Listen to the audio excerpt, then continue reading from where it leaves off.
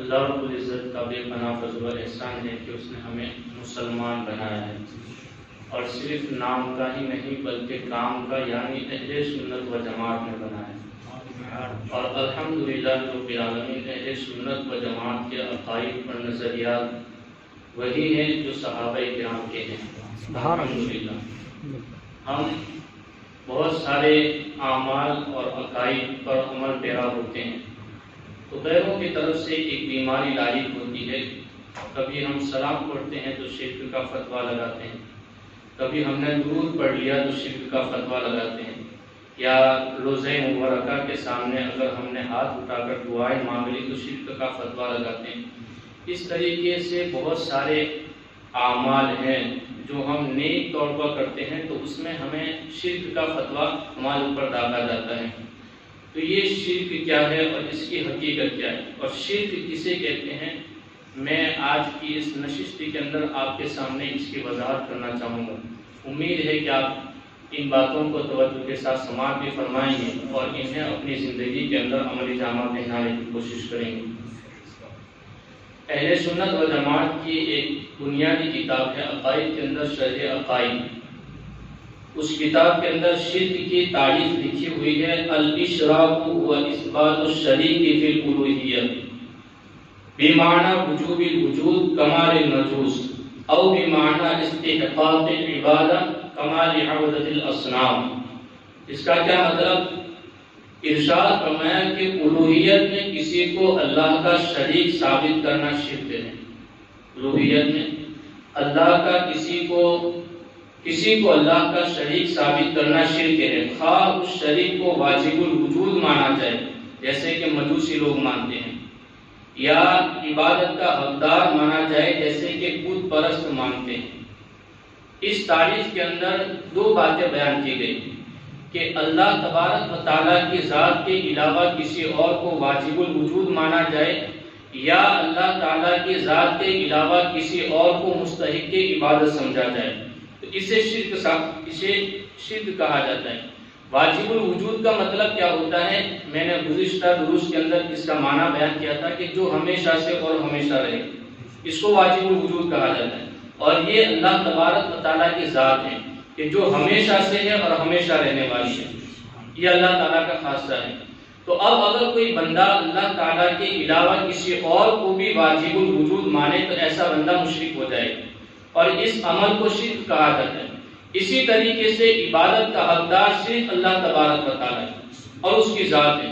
اگر کوئی بندہ اللہ تبارک و تعالیٰ کی ذات کے علاوہ کسی اور کو مستحق عبادت سمجھے تو ایسا بندہ مشرک ہو جائے گا اور اس کام کو شرک کہا جاتا ہے۔ اب اس کو اور آسان الفاظ کے اندر بیان کروں تو اس کا معنی یہ ہوتا ہے شرک کا کہ خاصہ خدا بندی کو غیر خدا کے اندر تسلیم کرنا، اس کو شرک کہا جاتا ہے۔ اب یہ خاصہ کیا ہے؟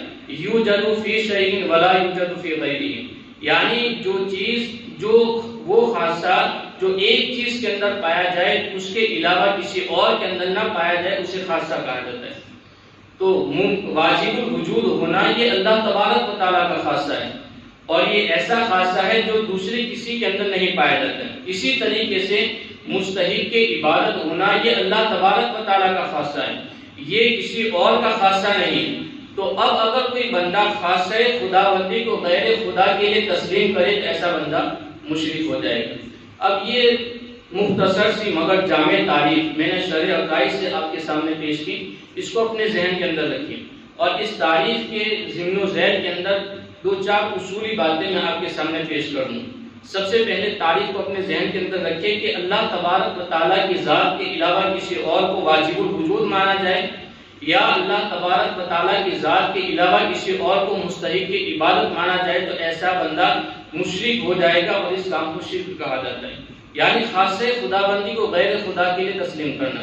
اب اس کے ماتحت چند باتیں اس کے ضمن و ذیل میں اصول کے طور پہ عرض کروں کہ دور سے پکارے جانا یا مرنے کے بعد پکارے جانا یہ اللہ تبارک و تعالیٰ کا خاصہ نہیں۔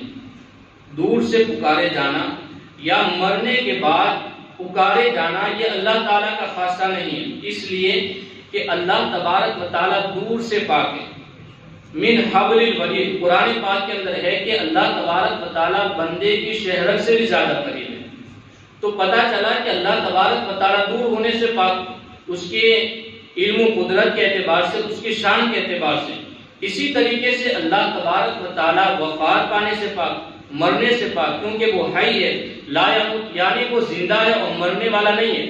تو اب اگر اللہ تبارک و تعالیٰ کو دور سے پکارا جائے یا اس کو مرنے کے بعد پکارا جائے، ایسا کوئی عقیدہ رکھے تو ایسا مسلمان نہیں ہو سکتا۔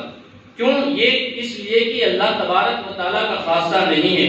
تو اب اگر کوئی بندہ غیر خدا کو دور سے پکارے، مثال کے طور پہ ہم یہاں جموں سر میں رہ کر کے حضور صلی اللہ علیہ وسلم کی بارگاہ میں استغاثہ پیش کرے، یا رسول اللہ اغثنی، اے اللہ کے رسول صلی اللہ علیہ وسلم میری مدد فرمائے، تو اس نظریے کے ساتھ کہ اللہ کے رسول صلی اللہ علیہ وسلم اللہ کی عطا سے ہماری مدد فرماتے ہیں اور ہماری باتوں کو سنتے ہیں، اگر کوئی بندہ اس نظریے سے حضور کو پکارتا ہے تو مشرک نہیں ہوگا، بلکہ یہ ایمانیات سے ہے، مشرک نہیں ہوگا۔ اس لیے کہ دور سے پکارے جانا یہ اللہ تعالیٰ کا خاصہ نہیں ہے۔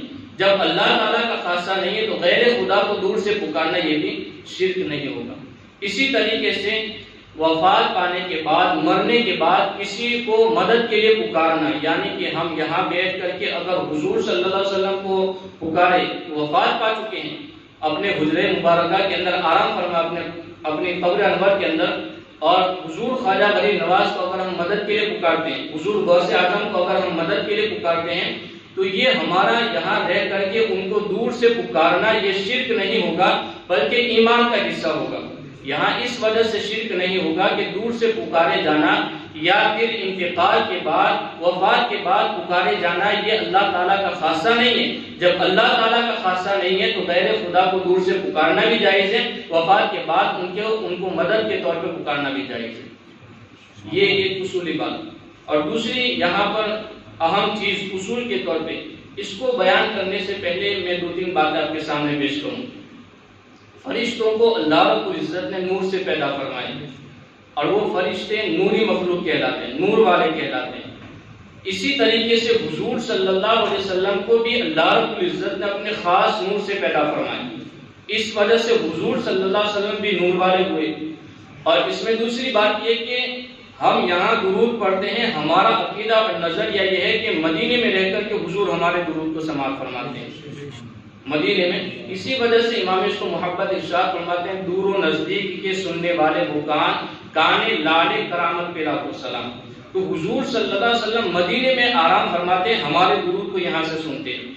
دوسرا یہاں پر مسئلہ یہ ہے کہ حدیث پاک کا مفہوم ہے، اگر کوئی بندہ درود پڑھتا ہے زمین کے کسی بھی خطے پر ہو، فرشتوں کی حاضری مزار مقدس کے اوپر ڈیوٹی ان کی لگائی گئی ہے کہ وہ حضور کا درود، امتیوں کا درود جو امتی حضور پر پڑھتے ہیں وہ درود حضور کی بارگاہ میں پہنچاتے ہیں، یہ فرشتوں کی ڈیوٹی ہے۔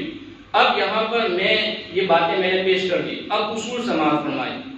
ارشاد فرمایا جو چیز انبیاء کے حق میں شرک ہے وہ فرشتوں کے حق میں بھی شرک ہوگی، جو چیز انبیاء کے حق میں شرک ہے وہ فرشتوں کے حق میں بھی شرک ہوگی۔ لہٰذا اگر حضور صلی اللہ علیہ وسلم کو نور ماننا شرک ہے تو فرشتوں کو بھی نور ماننا شرک ہے۔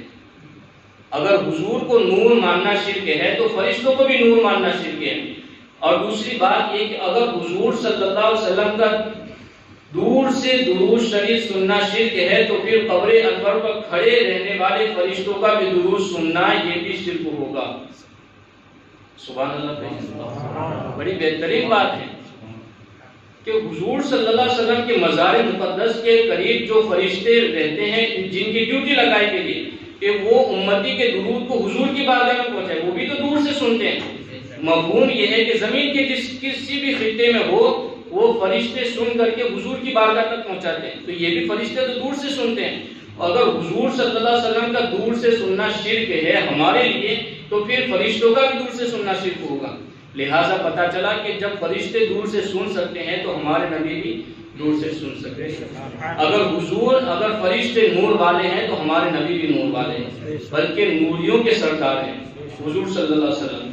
اب یہاں پر تیسری بات اصولی طور پر کہ جو چیز آخرت میں شرک نہیں وہ چیز دنیا میں بھی شرک نہیں ہوگی۔ ہم یہاں پر استغاثہ پیش کرتے ہیں حضور کی بارگاہ میں، یا رسول اللہ اغثنی صلی اللہ علیہ وسلم، اے اللہ کے رسول صلی اللہ علیہ وسلم میری مدد فرمائیے، تو لوگ ہم پر شرک کا فتویٰ لگاتے ہیں۔ لیکن بخاری شریف کے اندر حدیث طیبہ میں آیا ہے کہ آخرت کے اندر، آخرت کے میدان میں ایک بندہ آقا کی بارگاہ میں حاضر ہوگا اور یہ الفاظ کہے گا، یا رسول اللہ اغثنی، اے اللہ کے رسول میری مدد فرمائیے۔ تو جو چیز آخرت کے اندر شرک نہیں وہ دنیا کے اندر بھی شرک نہیں۔ لہٰذا اگر ہم یہاں دنیا میں رہ کر کے حضور کو یا رسول اللہ کہہ کر کے پکارتے ہیں تو یہ شرک نہیں ہے، کیونکہ آخرت میں پکارا جائے گا۔ تو جو چیز آخرت میں شرک نہیں وہ دنیا میں بھی شرک نہیں ہو سکتی۔ تو یہ تیسرا اصول۔ اب یہ چوتھا اصول بڑا اہم ہے، اس کو تھوڑی توجہ کے ساتھ سماعت فرمائیے گا۔ ممکن کا اعتقاد شرک نہیں۔ ممکن یعنی جو ہو سکے، ممکن الوجود اور واجب الوجود، اس کے اندر فرق یہ ہے، واجب الوجود یعنی جو ہمیشہ سے ہو اور ہمیشہ رہے، اور ممکن الوجود جو ہمیشہ سے نہ ہو۔ اللہ تبارک و تعالیٰ کے پیدا کرنے کے بعد وہ وجود میں آئے، اسے ممکن الوجود کہا جاتا ہے۔ اب یہاں پر معجزہ اور کرامت اگرچہ مافوق الاسباب ہے اور خلاف عادت ہے، لیکن ممکن ہے، اس وجہ سے اس کا اعتقاد رکھنا یہ شرک نہیں ہے بلکہ ایمان کا حصہ ہے۔ شرک نہیں ہے، معجزے کو ماننا یہ شرک نہیں ہے بلکہ ایمان کا حصہ ہے۔ اب یہاں پر اسی اصول کے اندر ایک بات یہ ہے کہ معجزہ جو نبی سے صادر ہوتا ہے، حضور صلی اللہ علیہ وسلم سے جو معجزہ صادر ہوتا ہے وہ اختیاری طور پہ صادر ہوتا ہے۔ ایسا نہیں کہ معجزہ صادر ہونے کے بعد نبی کو پتا چلتا ہو کہ ایسا معجزہ صادر ہو گیا، یا نبی حیران ہو جائے کہ ایسا معجزہ صادر ہو گیا، ایسا نہیں۔ یعنی مثال کے طور پہ شق القمر کا معجزہ، چاند کے 2 ٹکڑے کر دینے کا معجزہ، ایسا نہیں کہ حضور نے چاند کے 2 ٹکڑے کر دیے پھر حضور حیران رہ گئے کہ میں نے ایسا معجزہ دکھایا، ایسا نہیں، بلکہ حضور کو پتا تھا کہ ایسا معجزہ میں دکھانے والا ہوں۔ اسی وجہ سے جب کفار نے کہا کہ آپ معجزہ دکھائیے، حضور نے چاند کے 2 ٹکڑے کر دیے۔ حضور کو حیران بھی نہیں ہوئی لیکن دوسروں کو حیران بھی ہو گئے۔ تو نبی کا معجزہ دکھانا اختیاری طور پہ ہوتا ہے۔ اسی طریقے سے ایک حدیث پاک ہے، بخاری اور مسلم شریف کے اندر متفق علیہ حدیث ہے۔ حضرت قتادہ رضی اللہ تعالیٰ عنہ ایک مرتبہ جنگ کے اندر شامل ہوئے، دشمن کا تیر لگا اور آنکھ سے ڈیلا ہاتھ میں باہر آ گیا، تو دوڑے دوڑے مصطفیٰ کی بارگاہ میں حاضر ہوئے۔ اب دیکھیے حضور صلی اللہ علیہ وسلم کا معجزہ، حضور کی بارگاہ میں حاضر ہوئے آنکھ کا ڈیلا لے کر کے، عرض کیا یا رسول اللہ یہ آنکھ کا ڈیلا دشمن کا تیر لگا اور ہاتھ میں باہر آ گیا، آپ علاج فرمائیے۔ آقا کریم صلی اللہ علیہ وسلم نے حضرت قتادہ کے سامنے 2 باتیں پیش کی، مختصراً عرض کروں میں۔ آقا نے ارشاد فرمایا ان شئت صبرت لک ولک الجنہ، اے قتادہ اگر تم صبر کرتے ہو تو میں تمہاری اس مصیبت پر تمہیں جنت کا پروانہ عطا کرتا ہوں، اگر تم صبر کرتے ہو تو میں تمہیں جنت کا پروانہ عطا کرتا ہوں۔ اب اتنا کہنے کے بعد حضور خاموش نہیں ہو گئے، کیوں؟ اس وجہ سے کہ ہو سکتا ہے بعد میں آنے والوں کو اعتراض ہو کہ دیکھو حضور نے جنت کا کہہ کر کے جو ابھی ہمیں نظر نہیں آ رہی، جنت کا کہہ کر کے قتادہ کی آنکھ نہیں لوٹائی، نہیں، بلکہ حضور نے فوراً ہی ارشاد فرمایا ان شئت رددتک، اے قتادہ اگر تم چاہو تو میں تمہاری آنکھ بھی واپس لوٹا سکتا ہوں، میں تمہاری آنکھ بھی واپس لوٹا سکتا ہوں۔ اور حدیث پاک کے اندر الفاظ ہے افعل یا ابا قتادہ، اے قتادہ اس پر تعجب نہ کرنا، میں یہ کام کر سکتا ہوں۔ اب حضور صلی اللہ علیہ وسلم سے حضرت قتادہ نے کتنا پیارا مانگا، مانگنے کا طریقہ صحابہ کرام نے سکھایا۔ عرض کیا یا رسول اللہ آنکھ مانگنے میں آیا تھا، میری آنکھ نکل گئی تھی، آقا آنکھ میرے مانگنے سے عطا کر دیجیے اور جنت آپ کے کرم سے عطا کر دیجیے، جنت آپ کے کرم سے عطا کر دیجیے۔ حضور نے آنکھ کا ڈیلا ہاتھ میں لیا، پھر اس کے بعد جہاں تھا وہیں چشم خانے میں واپس لوٹا دیا۔ تو جو آنکھ حضور نے اپنے ہاتھوں سے لگائی وہ دوسری آنکھ سے زیادہ روشن ہو گئی۔